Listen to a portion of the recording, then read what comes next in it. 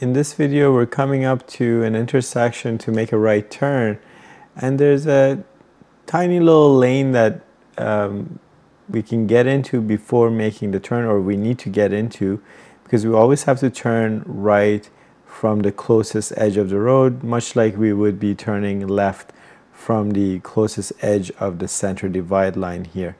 So as we're coming up to this intersection, this is the lane we need to get into, and there's a little perforation here. So you would be signaling rear view mirror, side mirror, shoulder check to the right. If it's clear, slowing down to come into this lane nicely centered in this lane before making a turn. But instead, our student here kind of just comes into the lane late and is in between two lanes, and then slows down too much and then makes a turn. So this would be considered turning right from the wrong lane, or just lane positioning, right? So not quite getting committed to the lane correctly. So you can see, let's see if the car in front of us does it correctly.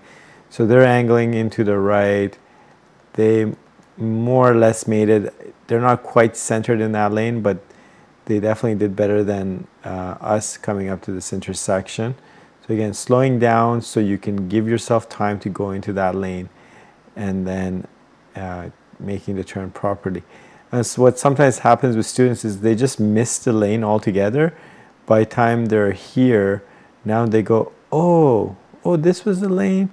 Yes, but you should identify where you're turning. So usually examiners give you one block notice, like, hey, next intersection we're taking a right.